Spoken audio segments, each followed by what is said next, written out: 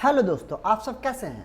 आज की इस वीडियो में बताने जा रहा हूँ लेजर आप कैसे क्रिएट करेंगे जर्नल एंट्री की मदद से। जो आपका बिजनेस के अंदर जो ट्रांजैक्शन होता है, उस ट्रांजैक्शन के अंदर जो आप यहाँ पर जर्नल एंट्री किए हैं उसका लेजर कैसे बनाएंगे, वो आज इस वीडियो में कंप्लीट बताने जा रहा हूँ। तो सबसे पहले तो आपको एक चीज का ज्ञान होना चाहिए कि कौन सा लेजर किस ग्रुप में जाता है। जैसे आप देख सकते हैं यहाँ पर लिखा होगा लेजर और ग्रुप। अब है क्या, तो खाता, लेजर की मींस होता है खाता।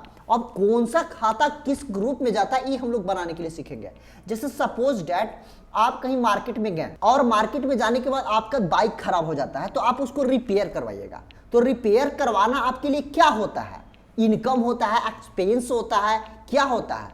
जैसे आप बाइक रिपेयर यहाँ जैसे सपोज डैट कराते हैं, तो बाइक रिपेयर आपके लिए क्या होता है, किसके अंडर में जाएगा, तो आपके लिए ये हो जाएगा इनडायरेक्ट एक्सपेंस में, मींस इनडायरेक्ट एक्सपेंस। तो ये होता है आपका लेजर को ग्रुप में बांटना। मींस आपके लिए कौन सा खाता क्या होता है, इनकम होता है, एक्सपेंस होता है, वो बांटना। तो उसके लिए आपको एक चार्ट में दे रहा हूं। अगर आपको एक चार्ट का आवश्यकता पड़ता है, जरूरत है, तो आप टेलीग्राम जाकर के ज्वाइन कर लीजिए। मैं टेलीग्राम ग्रुप में ये दे रखा हूं पूरा नोट्स टैली का, वहां से आप डाउनलोड करके हेल्प ले सकते हैं। इसकी मदद से आप लेजर को बना सकते हैं। तो ये आपको नॉलेज होना बहुत जरूरी है कि कौन सा लेजर किस ग्रुप में जाता है। जैसे यहाँ पर देख सकते हैं कि यहाँ पर लिखा हुआ है कैपिटल। तो कैपिटल कहाँ जाता है जी, तो कैपिटल में, मीन्स पूंजी जो इन्वेस्ट करते हैं खुद पूंजी के साथ ही रहता है। जैसे हम मशीनरी है, फर्नीचर है, टूल्स है, ये फिक्स एसेट्स है, प्लांट, कंप्यूटर, ये सब क्या है, फिक्स एसेट्स है। तो ये हम लोग बांटना सीखेंगे। तो आपको ये आपके पास होना बहुत जरूरी है, इसका ज्ञान आपको होना बहुत ही जरूरी है। तो चलते आपको दिखाते हैं इसके सहारे आप कैसे बांटेंगे अपना लेजर को ग्रुप के अनुसार। ठीक है, देखिए सबसे पहले तो यहां पर देखिएगा रूल है दो कि कैश और प्रॉफिट लॉस का लेजर नहीं बनाते, क्योंकि यह टैली में पहले से ही बना रहता है, पहले से ऑलरेडी बना रहता है, तो इसको बनाने की जरूरत है नहीं, टैली में मेंशन करने की जरूरत है नहीं। दूसरा पॉइंट है कि जिसका एक बार लेजर बना लेते हैं उसको दोबारा नहीं बनाते। जैसे अगर सपोज बैंक में जाते हैं तो एक बार खाता खुल जाती है, तो क्या दोबारा खुलती है क्या उस नाम से, नहीं खुलती। उसी तरह से यहां पर होता है क्या कि जिसका एक बार लेजर टैली में बना लिया जाता है तो दोबारा उसको नहीं बनाया जाता। ठीक है, तो हम लोग यहां चलते हैं। तो सबसे पहले कैश आता है, तो कैश को तो लेजर बनाएंगे नहीं। नेक्स्ट यहां पर आता है कैपिटल। तो यहां पर देख सकते हैं कि कैपिटल कहां गया है, तो देखिए कि कैपिटल लेजर जो है कैपिटल के ग्रुप में गया है। तो आपको यहां पर लिख देना है कि कैपिटल किसके ग्रुप में, देखिए यहां पर लेजर ले रहा हूं और यहां पर मैं ले रहा हूं ग्रुप, तो कैपिटल चल जाएगा कैपिटल के ग्रुप में। ये फर्स्ट आपका ये बन के तैयार हो गया। नेक्स्ट आप देख सकते हैं कि purchase goods from mister Nitin. तो देखिएगा यहां पर एक आपका अकाउंट आया परचेज गुड्स और सेकेंड अकाउंट आया मिस्टर नितिन। तो आपको बनाना है परचेज गुड्स का और मिस्टर नितिन का, जो यहां पर मेंशन मैं कर रखा हूं। अब यहां पर बात होता है कि गुड्स में तो सामान होता है। अगर सामान का नाम डिफाइन किया हुआ रहता है, जैसे कि फर्नीचर हो गया, कंप्यूटर हो गया, लैपटॉप हो गया, तो वो सब जो होता है सिर्फ फिक्स एसेट्स में जाता है। ठीक है, लेकिन मैं यहां पर फिक्स एसेट्स में नहीं डालूंगा, क्योंकि यहां पर गुड्स का नाम नहीं है, इसलिए इसको परचेज का बनेगा, ना कि गुड्स का बनेगा। अगर यहां पर गुड्स का सामान का रहता तो सामान देखिए जैसे मशीनरी, फर्नीचर, सामान का नाम रहता, तो यहां पर देखिए लिखा हुआ है फिक्स एसेट्स, लेकिन आपको सिर्फ बनाना है परचेज। तो परचेज कहां पर गया, देख सकते हैं यहां पर परचेज के पास गया है। तो आपको यहां पर बनाना है सिर्फ परचेज, यहां पर जाएगा जो परचेज के अकाउंट के अंदर यहां पर आ जाएगा। नेक्स्ट यहां पर देखिएगा purchase goods from Nitin, means Nitin से खरीदा गया। मीन्स जब खरीदे थे सामान तो आप कैश नहीं दिए, अगर कैश दिया रहता तो डिफाइन क्या रहता, तो आपको यहां पर मिस्टर नितिन का लेजर बनाना है, क्योंकि आप उधारी से खरीदे हैं। तो देखिएगा यहां पर लिखा गया है, यहां पर इस चार्ट में क्रेडिट परचेज, मींस उधारी पर अगर आप परचेज करते हैं कोई पर्सन, तो उसको सन्ड्री क्रेडिटर में रखा जाता है। मींस अगर कोई व्यक्ति से आप उधारी पर सामान खरीद के लाते हैं तो टैली में किस ग्रुप में रखेंगे उसको, तो आपको सन्ड्री क्रेडिटर में रखना है।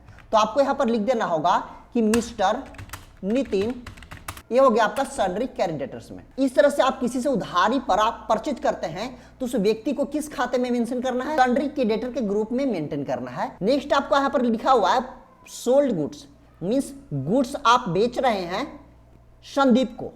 अब यहां पर भी देखिए संदीप आपको पैसा नहीं दिया है, इसीलिए आप संदीप का नाम मेंशन कर लिया है।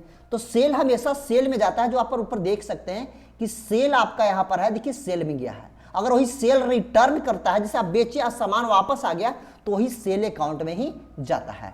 ठीक है, तो यहां पर सेल अकाउंट को सेल में रखना है।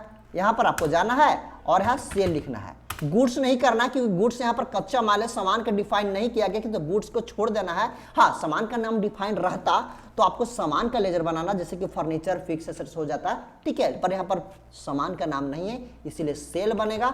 और सेल हमेशा कहाँ जाते हैं तो सेल अकाउंट में जाता है। नेक्स्ट यहाँ पर देखिएगा लिखा गया मिस्टर संदीप। अब मिस्टर संदीप से क्या, मिस्टर संदीप को क्या किए हैं, बेचे हैं सामान। तो देखिएगा इस ग्रुप में लिखा गया है कि जिसको आप यहाँ पर देखिएगा कि सेल करते हैं, क्रेडिट सेल पर्सन, मीन्स आप उधारी पर सेल करते हैं पर्सन को, उस पर्सन को कहाँ रखा जाता है तो सन्ड्री डेटर के ग्रुप में रखा जाता है। मीन्स जिसको आप उधारी पर बेचते हैं उसको सन्ड्री डेटर के ग्रुप में रखा जाता है। तो यहाँ पर लिख देना है मिस्टर संदीप, ठीक है, आपको यहाँ पर ले लेना है सन्ड्री डेटर। इस तरह से आपको मेंटेन करना है। नेक्स्ट आप देख सकते हैं यहाँ पर लिखा गया कि वेजेस पेड, मीन्स आप मजदूरी दे रहे हैं किसी को, तो आपके लिए क्या हो रहा है, आपकी यहाँ कोई काम करता है तो काम के बदले कुछ ना कुछ उसको मजदूरी दीजिएगा ना, तो वो मजदूरी कहा जाता है। तो हम लोग इस पे चल के देखते हैं। देखिए आप यहाँ पर देख सकते हैं कि मैं दे रखा हूँ, यहाँ पर लिख रखा हूँ कि वेजेस, तो एक्सपेंस हो जाता है। एक्सपेंस भी दो प्रकार के होता है, एक डायरेक्ट एक्सपेंस और एक यहाँ पर देख सकते हैं कि इनडायरेक्ट। तो डायरेक्ट उसे कहा गया है जो सामान को बनने में या सामान को बनने से पहले जो खर्चा होता है उसको हम लोग डायरेक्ट एक्सपेंस कहते हैं, और इनडायरेक्ट सामान बनने के बाद उसको बेचने में खर्चा हो। ऑलरेडी मैं सारा ग्रुप के बारे में एक अलग से वीडियो बना रखा हूं, प्लेलिस्ट में दे रखा हूं, आप जाकर के देख सकते हैं। कंप्लीट मैं थ्योरी दे रखा हूं अकाउंटिंग चैप्टर में, वहां पर जाके देखिए, उसके बाद ये वीडियो देखिए और ही जबरदस्त समझ में आएगा। ऐसे में इस वीडियो में कवर करते चल रहा हूं कि लेजर क्या होता है और ग्रुप क्या होता है। देखिए तो आपको यहाँ पर क्या लेना है, यहाँ पर वेजेस पेड एक्सपेंस डायरेक्ट। अब यह बात होता है कि मजदूरी पेड डायरेक्ट में गया, तो अगर सैलरी दिया जाता तो क्या जाता, तो देखिए सैलरी यहाँ पर देखिएगा लिखा हुआ है नीचे की ओर, यहाँ पर देखिए यहाँ पर कि इनडायरेक्ट में गया। अब ऐसा क्यों, तो देखिए मजदूरी का मतलब होता है कि सामान बनते समय जो काम करता है वहां पर वो मजदूर के रूप में काम करता है, लेकिन सामान बनने के बाद जो बेचने का काम करता है, सेल करने का काम करता है, वो मंथली पर रहता है। और इसका कोई जरूरी नहीं कि मजदूरी मंथली चलेगा, उसका एक सप्ताह में भी ले लेगा, पर डे भी ले सकता है। तो मजदूरी यहां पर हो जाएगा डायरेक्ट में और ये सैलरी हो जाएगा इनडायरेक्ट में, ठीक है। तो जब टॉपिक आएगा तो मैं समझाऊंगा, फिलहाल इस टॉपिक की ओर चलता हूं। नेक्स्ट देखिए लिखा गया है इंटरेस्ट रिसीव, मींस आप ब्याज इस बार ले रहे। अब ये क्या होगा, तो आप यहां पर जैसे आप इंटरेस्ट लीजिएगा तो इंटरेस्ट आपके लिए क्या हो गया, इनकम हो गया। मींस आप ब्याज किसी से ले रहे हैं, तो यहां पर देख सकते हैं कि मैं दे रखा हूं कि आप किसी प्रकार का इंटरेस्ट लेते हैं या फिर डिस्काउंट लेते हैं। देखिए डिस्काउंट रिसीव करते हैं, इंटरेस्ट रिसीव करते हैं, तो इनकम इनडायरेक्ट में आप डालिएगा, इनडायरेक्ट के रूप में डलाता है। तो आपको लिखना है इनकम इनडायरेक्ट। वही अगर डिस्काउंट अलाउ करते हैं या इंटरेस्ट अलाउ करते हैं तो इनडायरेक्ट एक्सपेंस में जाता। आप रिसीव कर रहे हैं मींस आपको इनकम हो रहा है तो इनकम में डालें, लेकिन अगर आप देते, ले ना करके देते तो अलाउ में चला जाता। जैसे डिस्काउंट अलाउ कर दिए तो आपका इनडायरेक्ट एक्सपेंस में जाता है। नेक्स्ट यहां पर देख सकते हैं लिखा गया है चेक।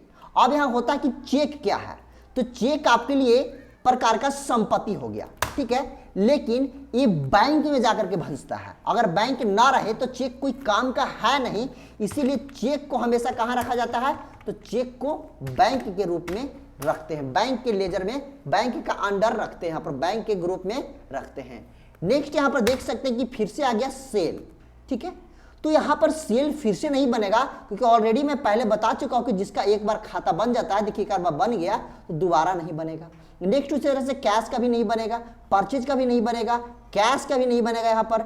नेक्स्ट कमीशन क्या होता है, तो कमीशन मीन्स होता है कि किसी को आप दलाली दे रहे हैं। कहने का मतलब कि जैसे कि आपके पास कोई प्रोडक्ट है, बिक नहीं रहा है और किसी को आप देते हैं कि चलो ये मेरे सामान को बेच दो, मैं कमीशन दूंगा आपको। या फिर होता है कि आप जितना ज़्यादा बेचोगे उसके अकॉर्डिंग आपको कमीशन मिलेगा। तो यहाँ पर क्या होगा कि कमीशन गिव और हो जाएगा इनडायरेक्ट एक्सपेंस। तो इस तरह से आप लेजर को मेंटेन कर सकते हैं।